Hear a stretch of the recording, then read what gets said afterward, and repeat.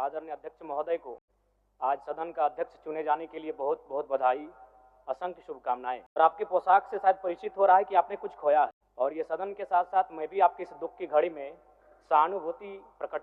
अध्यक्ष महोदय, तमाम विपक्ष के साथियों ने विशेष बात को रखा कि जो सरकार होती है संभवतः उनसे अगर कुछ त्रुटि हो भी जाती है तो उसके बचाव में खड़ी अपने आप को पाती है।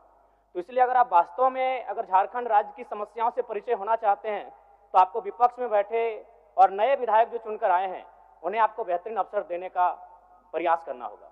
अध्यक्ष महोदय, अगर आपकी व्यक्तिगत बात कही जाए तो आपकी कुशलता की, आपकी योग्यता की, आपकी निपुणता की पूरा राज्य प्रशंसा करता है, लेकिन हमें लगता है कि अपने व्यक्तिगत विषयों से हटकर हमें आज राज्य के जो ज्वलंत मुद्दे हैं उन पर भी अपने ध्यान आकृष्ट करने की आवश्यकता है।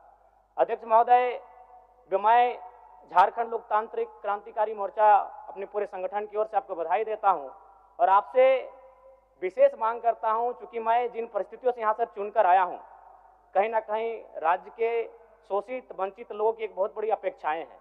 इसलिए जिस दृष्टि से आप सत्ता पक्ष को देखेंगे, जिस दृष्टि से आप विपक्ष को देखेंगे, उसी दृष्टि से मुझे भी और मेरी पार्टी की ओर से मुझे बात रखने का अवसर दिया जाएगा। मैं आपसे ये मांग करता हूं, क्योंकि आज जो हमें बात को रखने का अवसर दिया गया है ये बधाई है।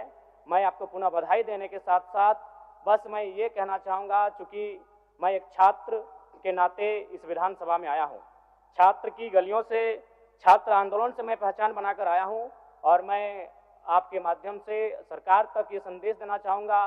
अभी सीरियल के मामले को लेकर झारखंड के लाखों अभ्यर्थी सड़कों पर हैं। आप सदन से बाहर एक बार उनसे मिलें, वो आपके ही बच्चे हैं, इस राज्य के बच्चे हैं, और आप उनको संतुष्ट करें, आप उनसे मिलें, उनसे बातचीत करें और इस समस्या का निदान करने का प्रयास करें।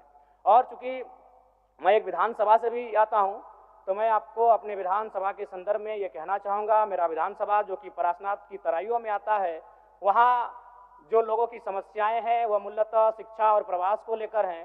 तो आपसे हमारी मांग होगी कि वहाँ शैक्षणिक हब में हमारे विधानसभा को तब्दील किया जाए, और साथ ही जो प्रवास की समस्या है, मैं इसलिए इस विषय को कहूँगा, मैं थोड़ा समय लेकर, कि आज देखिए इस सदन की बात करें तो कहीं ना कहीं हम लोग एक परिवार हैं और परिवार के नाते आज इस सदन में बैठे हैं।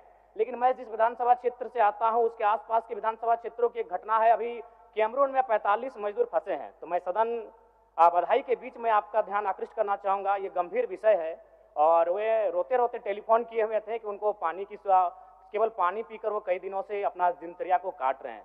तो मैं आपसे चाहूँगा कि इस विषय को गंभीरतापूर्वक लें और उस दिशा में आगे बढ़ें, और इस राज्य का 24 वर्षों का ये राज्य, उस राज्य को हम लोग आगे कैसे लेकर जाएं, हमारी क्या भूमिका होगी, उसमें सदैव आपके साथ खड़े हैं। पुनः आपसे यही कहेंगे कि हमें समान अवसर दिया जाएगा अपनी बातों को रखने का। बड़ी उम्मीदों के साथ हम लोग यहाँ तक आए हैं।